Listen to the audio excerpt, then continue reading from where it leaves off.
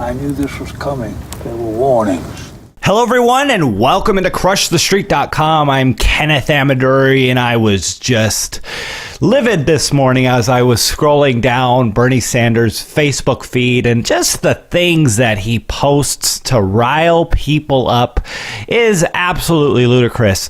And it's unfortunate because the things he says are things that everyone can agree on, but it's the solutions that he wants that are completely disagreeable if you are a serious economist and really look at the facts and figures on things. It's not bigger government that we need to combat the wage gap and the fact that minimum wage is not affording housing across the board. Here, I want to talk about a few things, and just scrolling down this feed made me want to do this. I want to talk about the crappy economy. I want to talk about the wall. I want to talk about the Electoral College, and I want to talk about clean energy under a Trump administration. And I'll just preface this by saying that I'm not a Republican. I'm certainly not a Democrat, but I lean libertarian, so I'm definitely connecting more on the Republican side. But as many of you know, there's faults and errors there too. But unfortunately, we live in a country where the Republicans and Democrats have completely monopolized the system, and things that should just be things that we discuss and say, hey, you know, this is an issue, you know, how do we best approach it? Unfortunately, it's politicized. For instance, the wall, which we'll talk about, we all believe in walls, but it's now become a political issue. You either don't believe in a wall if you're a Democrat, or you do believe in a wall and you're a racist if you're a Republican. So let's talk about the crappy economy. Sanders posts these things. Housing affordability across the board. The minimum wage is not high enough now, working 40 hours a week, to afford a one-bedroom apartment in any state here in the U.S. Wow. Isn't that amazing? Is that the minimum wage cannot afford a one-bedroom apartment in the U.S. across the board? First of all, a couple things with this. Yes, a minimum wage was never intended to be your career and something that you should be able to feed your family on. And yes, it is something for people who are low skilled and want to work their way up, such as high school students, people that want to have a part-time job or something to get their feet wet. But unfortunately, we have rules and regulations that continue to shove money to other countries. And that's what we've seen. Just so you know, in the 1950s, someone working at a U.S. factory such as General Motors, someone that was working in the factory was averaging $50 an hour in today's terms. That wasn't a minimum wage. That wasn't a requirement to pay these people. They paid that because that was the market wage. And that makes total sense why someone that didn't have a degree, that was just a tradesman, was able to make that much money because it was $50 an hour. Only one person had to work. You were able to afford a car, a house, and not be in tremendous amounts of debt, making $50 an hour, working with your hands in the 1950s. But let's look at that a little closer. The U.S. was far more competitive than other countries around the world. Granted, Europe was decimated after World War II, and other countries were just not as advanced. So the GDP and the production and what we had here in the country was very far advanced and much more competitive than the rest of the world. People wanted to do business here. But what we've done since that time has degraded the fundamental infrastructure of our economy, and people are not making as much money as a result, and that really sucks. We've had wars that have put us into major amounts of debt. We've had Johnson's Great Society and tons of entitlement programs, all these things to help higher minimum wage requirements and all these things that, we're still talking about today, saying, hey, how come people don't make as much money? Well, we're not as competitive as we used to be. And we want things like NAFTA, free trade, and TPP when we don't have free trade here in the U.S. I think about the city I don't live too far from is Barstow. It's about an hour and a half away from where I live here in California, near Los Angeles. It's a town on the way to Vegas, like a desert town. And the unemployment there is like 15-20%. It's ridiculous. And California has passed a $15 minimum wage law so what they've done is essentially made the cost of labor more expensive in an area that's already saying the cost of labor is too expensive. When something goes on the shelf and is not selling, you have to lower the price. And the labor in that city is not selling. And that's true of across the board. And we act like we can just tax more and redistribute the wealth more from producers, and think that they're not going to go elsewhere. And that's exactly what a guy like Bernie Sanders wants to do, saying, hey, it's their fault and we need to tax them more and redistribute the wealth and discourage productivity in this country and remove essentially the consequences of failure.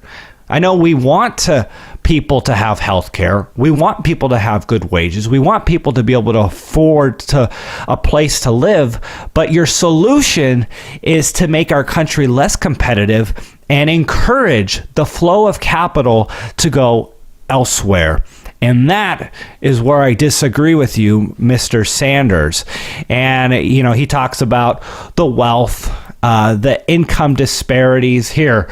This is the most important economic and moral story of our lifetime. The very rich get much richer. The middle class shrinks, and 43 million Americans live in poverty. We must stop the movement toward oligarchy and fight for the economy, which works for all of us, not just the 1%. And of course, we're not talking about all the money printing and the low interest rates, which have gone to the 1% since the '08 crisis.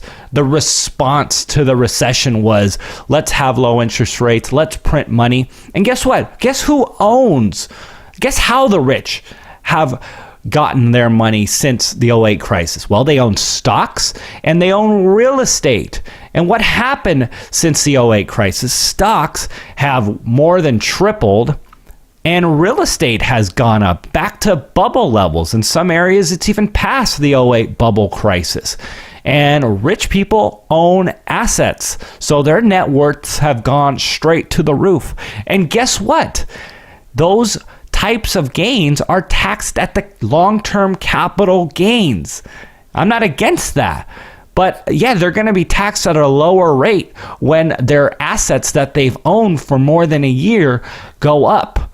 And the reason why, for everyone who wants to attack the rich for owning assets and getting a tax break, quote unquote, for that, is that the government incentivizes production and investment in the economy. And they want people to own things and hold on to them. It's productive for the economy. And that's why that there's a tax incentive for it. And it's not just for the rich. Anyone can go out and buy a stock and hold it for a year, or go out and buy a house and hold it for a year and sell it if it goes up at a lower tax rate. So anyways, just a couple things on that before I get into the next topic here. So the politicized issue of immigration and the wall. Look, no one is against immigrants, at least even on the Republican side right now. Trump has talked about how he wants to have an effective immigration policy. He wants to fix the fact that we have thousands of people crossing our border illegally, getting in front of the line from many other people who are going through the process legally. For God's sakes, the man has married Russian wives, immigrants, from this country. His wife, Melania, barely speaks English. I don't think he's against immigrants, but he wants it happening legally. And he understands that there's a problem and that we can't have floods of poor illegals coming over our border and ultimately getting on the system, because that's the problem that we have. We have the left that wants to just pander to people who haven't paid and earned their way in our system, who aren't American. And again, it's nothing against people from other countries. It's just you have to have rules if you're going to be a country.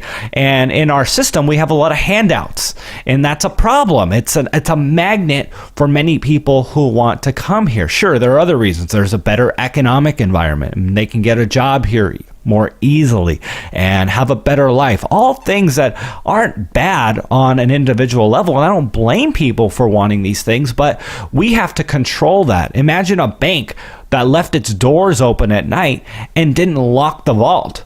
Well, obviously that's an issue, because sure, we love people. We want people to have things. It'd be nice for them to have health care and money, but you can't do that because the bank won't serve its purpose and won't be effective anymore.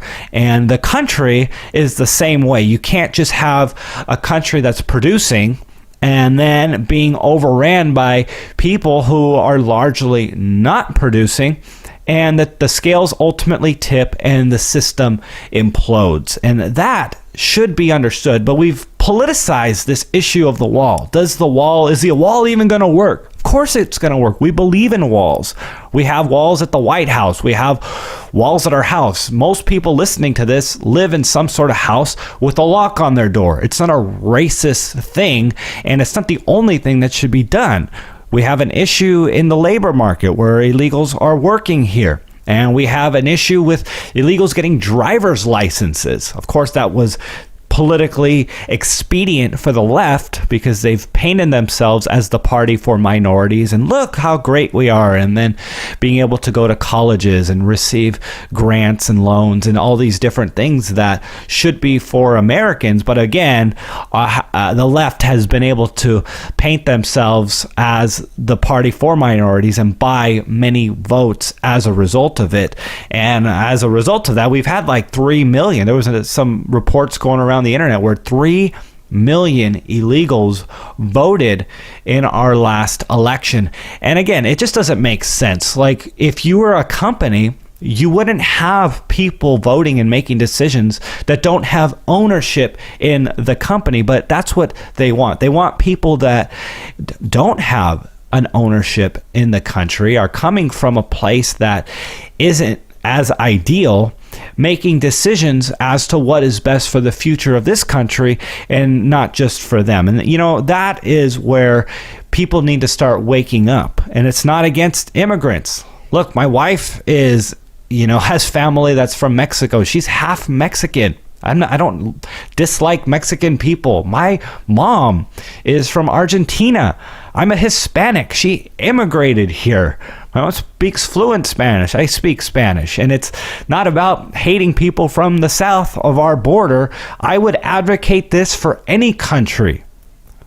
Any country that has something worth protecting needs rules, because you can't have this system that attracts people and it doesn't have a rules to make sure that it's sustainable for the long term. But yeah, that's the problem. We got powerful Republicans who are pandering to people and powerful Democrats who don't necessarily have to have the interests of the country, the best interest of the country in mind, but the best interest for their own political gain. And that's what we are seeing here. We need to fix the sanctuary city problem, fix the magnet that is attracting people here and allowing them to take advantage of the system and move forward accordingly. And hey, Donald Trump's talking about that. He's addressing that problem. It's not a racist issue, but we've turned it into that. And Bernie Sanders is, again, scrolling through his feed today, was rather disturbing, and how he just panders and spouts out emotional things that rile up an uninformed population. We have 320 million people. We can't even start talking about the real issues because we have to dumb down our conversation for the masses to understand who are going to be voting in our election. And by the way, going back to the economic issue, we haven't even talked about the money printing that has benefited. Oh, you know what? We did. Sorry about that. So the next thing that I wanted to talk about, I think, is just absolutely hilarious, because everyone now is complaining about the Electoral College and that it's not representing the true will of the population, because Clinton received nearly 3 million more votes than Donald Trump. And even Bernie Sanders on his Facebook feed wrote, Donald Trump received 2.8 million fewer votes than Hillary Clinton, yet he will soon be inaugurated as president. Clearly, in a democratic process society, this should not be happening. We need change in the Electoral College. And this is funny. This is coming from a man who was not represented by the population when he was running in the Democratic primaries. And super PACs elected Hillary Clinton to be the nominee to run up against Donald Trump. And everyone who's complaining about this, sure, when you are the victim, you always feel the injustice. And I would venture to say that it is fair to assume that Republicans, if the shoe was on the other foot, would feel the same way, and they'd be out there complaining and crying and whining that they lost because of the Electoral College. But to be fair, they both ran to win the Electoral College. Donald Trump, if he was going for the popular vote, might have actually won the popular vote. It's a liberal fantasy just to assume that he would have lost if the rules were different. He would have went to California. He would have went to Texas. He would have went to New York and New Jersey and Seattle and all these areas where there's a lot more people to talk to. And guess what? There's a lot of disenfranchised people that would have voted for Donald Trump in those areas too. That maybe just because they knew that it was a worthless vote in California, for instance, maybe they didn't vote. So, it's unfair to assume that Donald Trump would have lost had it been a popular vote, because they both ran to win the Electoral College vote. Hillary Clinton spent many hours in the Rust Belt, campaigning in Michigan, campaigning in Ohio and Pennsylvania and North Carolina and all these states that she needed to win. She spent a lot of time and a lot of money in this area and failed to win over the people. She failed to connect, and billionaire Donald Trump did. And he's fighting for people. People like the fact that, hey, he's bringing jobs back with Carrier, and that he rejected the $4 billion Boeing deal that they wanted to do with his airplane, the Air Force One. Look, it's unfortunate because I do feel bad. This is where I connect with the left, and that is, we have such a powerful federal government, and they're in charge of so many things: our morals, our ideals, who people should marry, what they're supposed to do with, what we're supposed to do with our guns. There's all these discussions about things that are on the table of, what they're going to allow, what they're not going to allow, rather than it going down to the states and our local governments. Again, the founding fathers understood the problems of having such a powerful centralized government that they made it very clear that it should be in the hands of the states to a larger. And that was when the country had 30 million people. That's the size of a large U.S. city, pretty much. Very large U.S. city, but not a country, not even a state. now, and they understood how the powers need to be at a local level. And it's unfortunate that the government is so powerful and that we are so affected by what someone else votes for, and that we all pitch in and pay taxes and have to suffer the consequences of what someone else wants to impose on us, rather than having a truly limited federal government and really enjoy the freedoms that are inherent to us. The government in its role protecting our freedoms, protecting our borders, and being involved in small aspects of our lives, roads and bridges, and maybe the court system, different things that we can discuss as to coming together collectively in the form of a government to have, but not to this extent that they are just so involved that it really does piss you off when the other side wins, and that your rights and freedoms are going to be taken away. But this whole idea of the Electoral College, it was done so presidential candidates don't just go to the big cities and pander to that population, and that the rest of the country that lives in smaller urban towns that are not very populated get totally ignored. And that was why it was done, and everyone had agreed to it, and the left agreed to it. And they've just been left and right trying to attack and find a reason as to why Clinton lost. First it was the emails, then it was the Electoral College, now it's Russian hacking, and they keep doing whatever they can to discredit Trump's victory in this. But he won. He's going to be the president unless someone shoots him. And you know what? Hopefully he can make some changes. I don't expect him to save this thing, but it'd be nice to kind of have a few steps in the better direction than accelerating in the direction the Obama-Clinton agenda had for us. More communism, essentially, with healthcare and more rules, more regulations, more problems in the Middle East. And actually that's what I want to talk about next. All right, guys, let's talk about energy.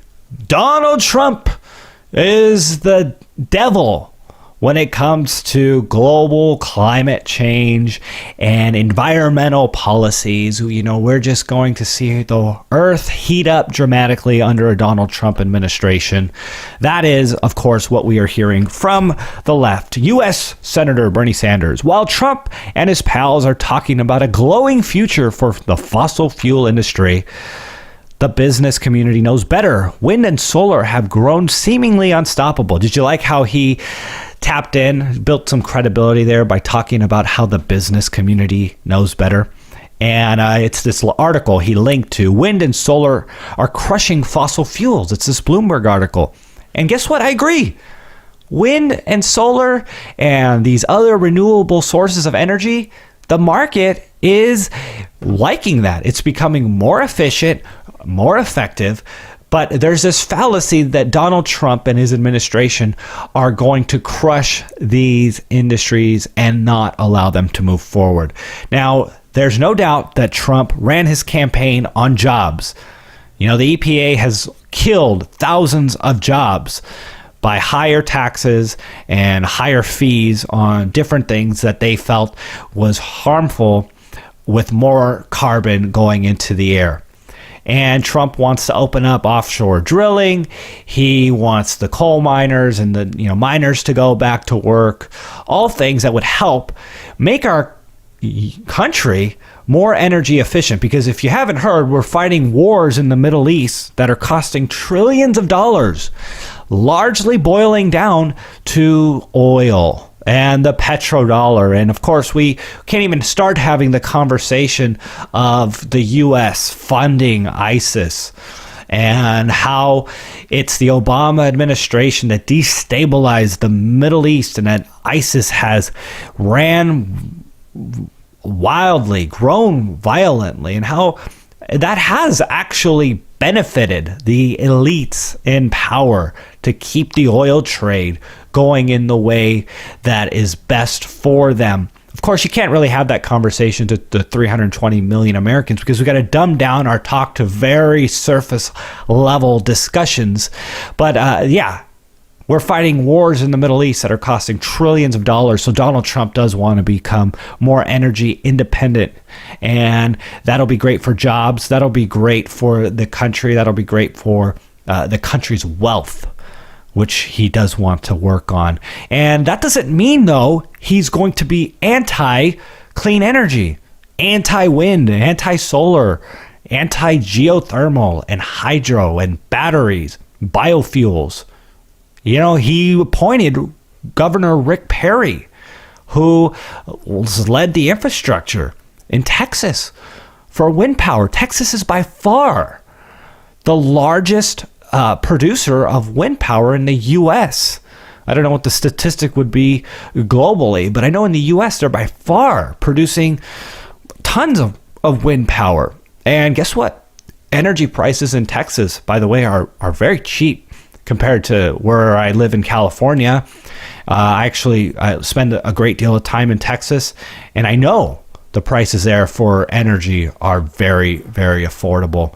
And these people, they're not going to get in the way of the future. And the future is towards renewable energies, towards batteries and all these different things. They're not going to get in the way of that, but certainly they want to bring jobs back to the country and be less dependent on foreign fossil fuels. And this guy, Bernie Sanders, they politicize these things because it's politically expedient to create the other side as the bad guy and create, a side of loyalty, pander to people, scare people into thinking that you are on their side rather than on the side of the country, which again is a problem on both sides of the aisle. Man, you know what? I'm actually looking forward to the changes that we're going to see. Talking about fossil fuels and, renewable energies and cars being ran on batteries. A lot of us, we hold the thought that, hey, it's where the muscle cars, we're going to lose out on the muscle cars, and we don't want cars that only drive 30 minutes, 30 miles, 60 miles before we need to recharge them. All these things are going to be fixed with technology. Technology is going to revolutionize cars and energy, and it's coming. I'm not against these things. And you know what? We're going to see some breakthroughs where the renewable energies and the batteries and all these different things, they're going to really be great for our lives. But it's the crony capitalism of government disadvantaging one company and favoring another, which, Trump is against, I'm against. And, if more people were educated on, they would be against too. So that's my rant on Sanders and conservative/liberal agendas and arguments. I look forward to speaking to you guys at a later time, and we'll be releasing some future interviews shortly.